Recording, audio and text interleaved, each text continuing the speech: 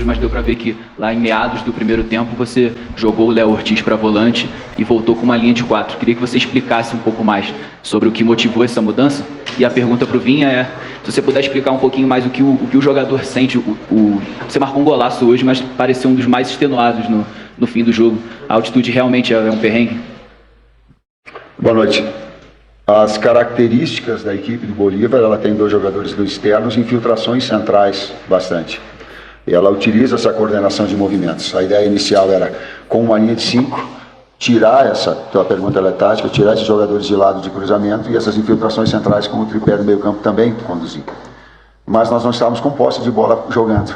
E aí, logo em seguida, e nós estávamos com esse problema, a gente trouxe o Léo Ortiz para um meio campista, montando 2 linhas de 4. Aí ele começou a equipe a se remontar, a estruturar.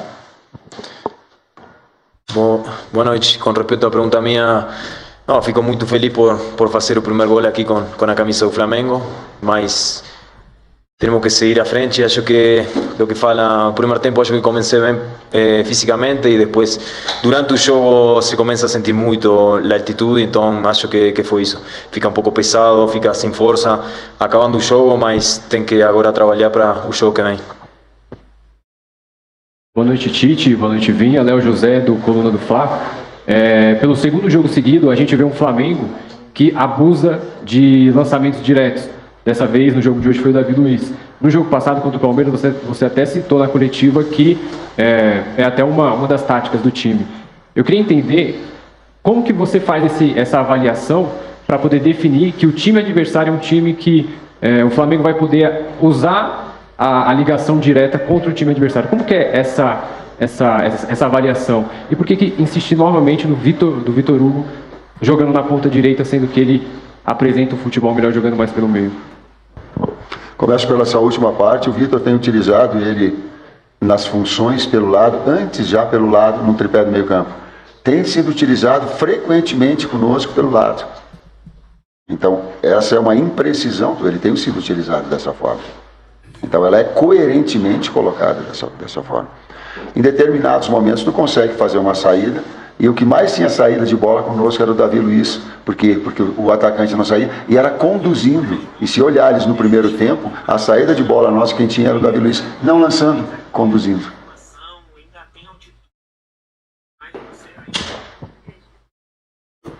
Bien, ¿cómo están? Profesor Tite, un placer. Buenas noches. Matías, ¿cómo estás? La consulta para ambos, ¿no? Y si la pueden responder. ¿Qué les parece enfrentar a este Bolívar que en 2014 también estaba en el grupo del Flamengo y que pasó como primero?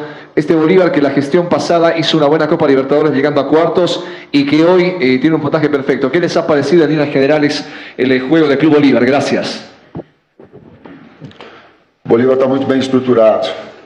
O Bolívar está muito bem treinado. Não é? Méritos ao seu técnico, já vem repetidas vezes colocando. Ele tem tido um desempenho assim nos outros jogos também. Em casa ele faz valer também a qualidade e a altitude, imprimindo um ritmo forte.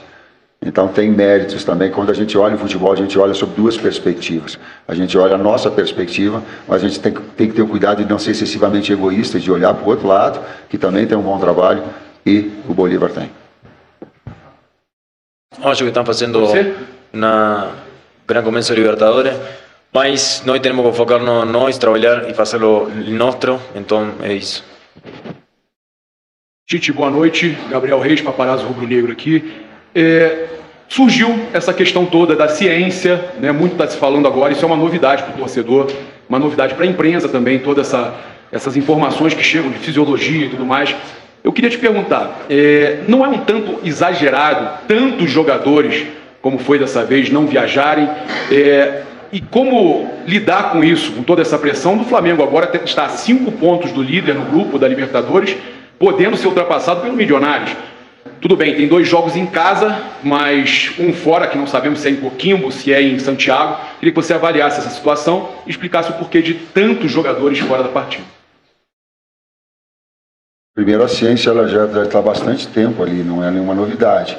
Talvez Mas a ciência no futebol, né? Não. Recentemente começaram a falar aqui no Flamengo para poupar tantos jogadores. Eu vou te responder, ela está há bastante tempo, desde o tempo que eu jogava. A quantificação de carga, ela tem e ela traz um professor de educação física que sabe a quantificação de carga.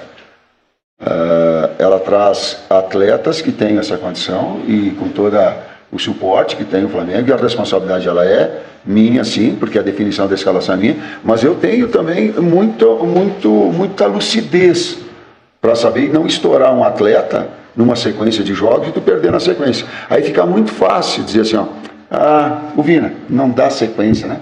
Machuca logo em seguida. É fácil. Mas olha lá, esse jogador, não dá. A qualidade técnica dele, ele começa a se perder, começa a errar, começa a apertar. Isso são todos indícios, para dar 2 indícios de quanto a gente deva ter cuidado. Então, respeito a tua pergunta, mas não é nenhuma novidade ciência no futebol. Ela é só nós procurarmos informações verdadeiras a esse respeito.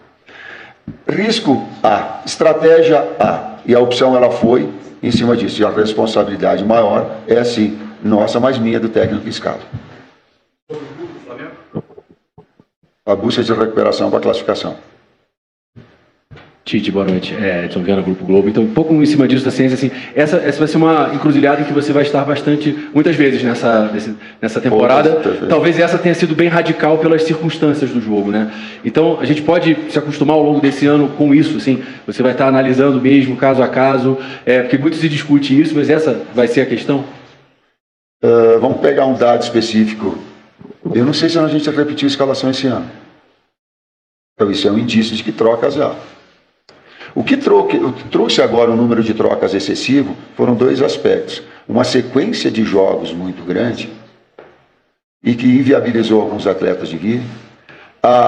O jogo aqui extremamente desgastante, porque ele é altitude, e vocês, inclusive, que estão aqui, sabem que essa situação ela traz um desgaste maior. Até a primeira pergunta em relação ao Vina, e a resposta talvez ela ilustre bem a outra pergunta em termos científicos que me foi feita. O Vina talvez tenha contribuído na resposta. O outro aspecto é que nós temos uma viagem de retorno grande, com jogo domingo às 11 horas da manhã. Então tu olha no planejamento que faz, onde joga, onde viaja, o que recupera para ter o outro jogo. Então a gente olha sobre esse contexto um pouquinho maior. Então, estou falando para o torcedor, porque não é de vontade, estou falando ele com o maior carinho, com o maior respeito do torcedor.